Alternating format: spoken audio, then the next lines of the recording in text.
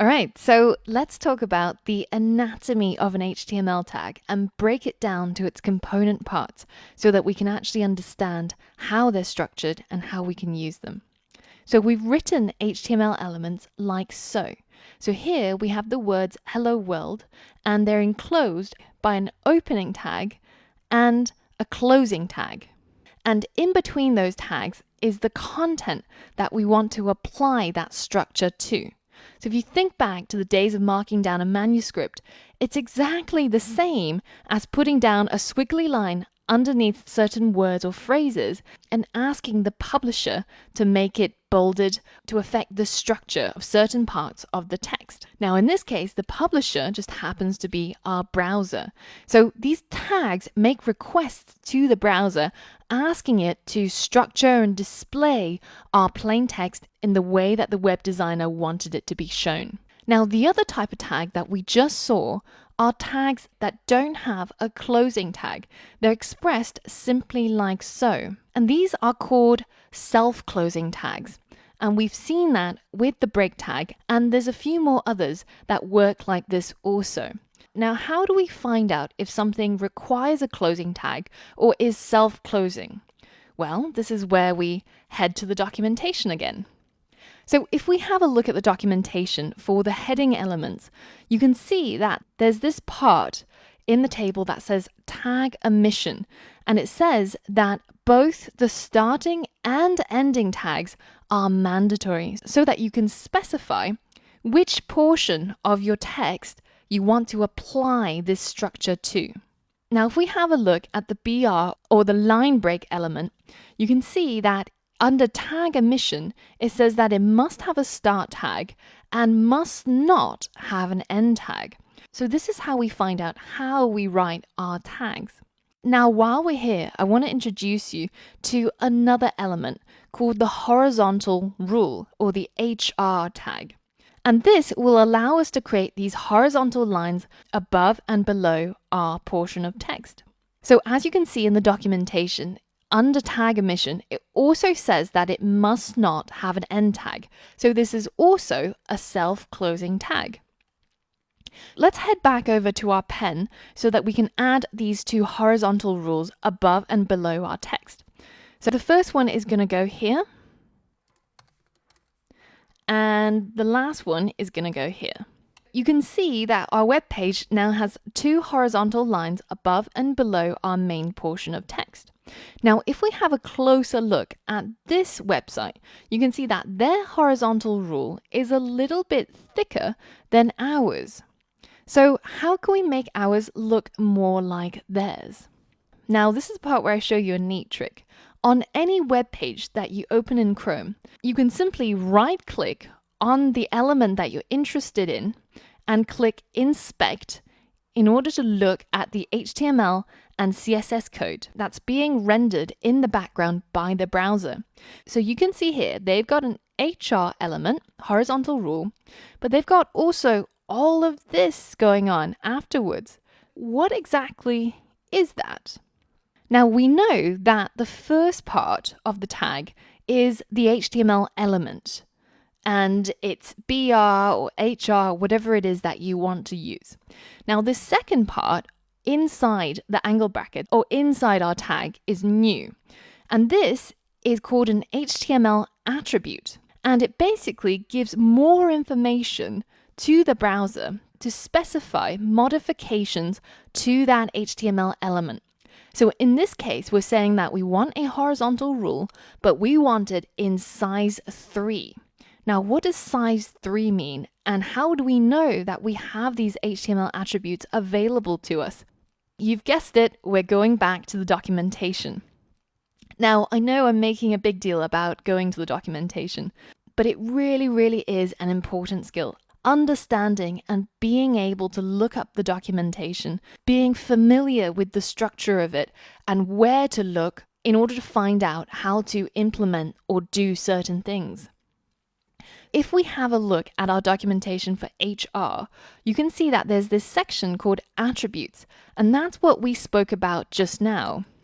The attribute comes after the main HTML element and is separated from the element by a single space.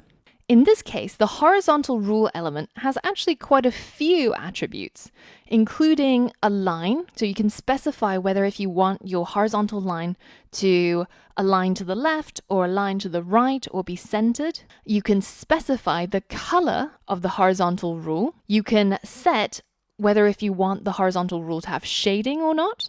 And you can also set the height in pixels of that horizontal rule, which is what we saw earlier on over here. So in this case, the reason why their horizontal rule looks different to ours is because ours is by default only 1 pixel high or 1 pixel in size, whereas theirs, if you inspect in the HTML, is 3 pixels in height. And they've also specified no shade, i.e. no shading to the horizontal rule. So if we want to make our website a seamless copy of what we see here, then we also have to specify those attributes. So if you remember, the horizontal rule is a self-closing tag. And so inside the tag, we're going to make a space, and then we're going to specify the name of the attribute, which we know from the documentation to be called the size attribute. And we're going to set it to equal 3 pixels. And then we're going to specify that it is no shade, i.e. no shading. And we know all of this from the documentation.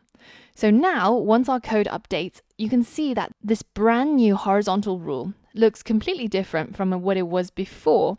And we can copy this over to the top as well, so that our horizontal rules look exactly the same as what we've got over here. So now we've seen HTML elements that require an opening tag as well as a closing tag. We've also seen HTML elements that have a self-closing tag. And finally, we've seen that HTML elements can also have an attribute where you can specify modifications to the default element. Now, all we need is just to add one final tag called center to our HTML file, and we would have now faithfully copied what this website looks like. So you can have a look through the HTML by, remember, right-clicking and inspecting in Chrome, and you can look through to see how they've structured the rest of the document as well. Now, this is a good point to mention our first challenge. So we've got this code pen now where we've been messing around with the HTML. Now you can either save this anonymously or you can create a free account in CodePen in order to be able to access this later on. But I want you to create a brand new pen. And this pen is going to be our code playbook. And you're going to use this document as an interactive notebook, if you will. And I want you to document here all the new things that you've learned as we progress through the course. For example, in this and the last lesson, we learn about the H1 tag. So in our code playbook, the first thing that's going to go in is your H1 tag. And you can say that this is a level 1 heading created using the H1 tag. We can go ahead and close it off. And you can look through the documentation to perhaps copy some of these code snippets over, but make sure that whenever you're copying, pasting code, that you understand what the code does. There's nothing worse than copy and pasting code that breaks your website because you didn't understand what you've put in there. So we can go ahead and then modify each of these so that when we're creating our own websites and we want to come back to our playbook and have it as a point of reference, then we'll be able to see easily at a glance all of the elements that we've used and that we've learned about before. So my challenge to you is to create your very own code playbook and to start keeping notes on all the things that you're learning in this course. Now, sometimes with certain elements, for example, the line break, you won't be able to put any text inside the line break in the same way that we've done so for the H1 tag. This is a point where you can use a comment instead in your HTML file. Comments are portions of text which are marked out to be ignored by the browser. And they're usually places where you write notes to yourself or notes to fellow programmers who might be looking at your code. So in HTML, we create a comment by using the angle bracket, a exclamation mark, 2 dashes, and then to close off the comment, we use another 2 dashes and a closing angle bracket. And everything in between here is a comment. You can see that usually it gets highlighted in a different color, and none of it gets interpreted into the web page.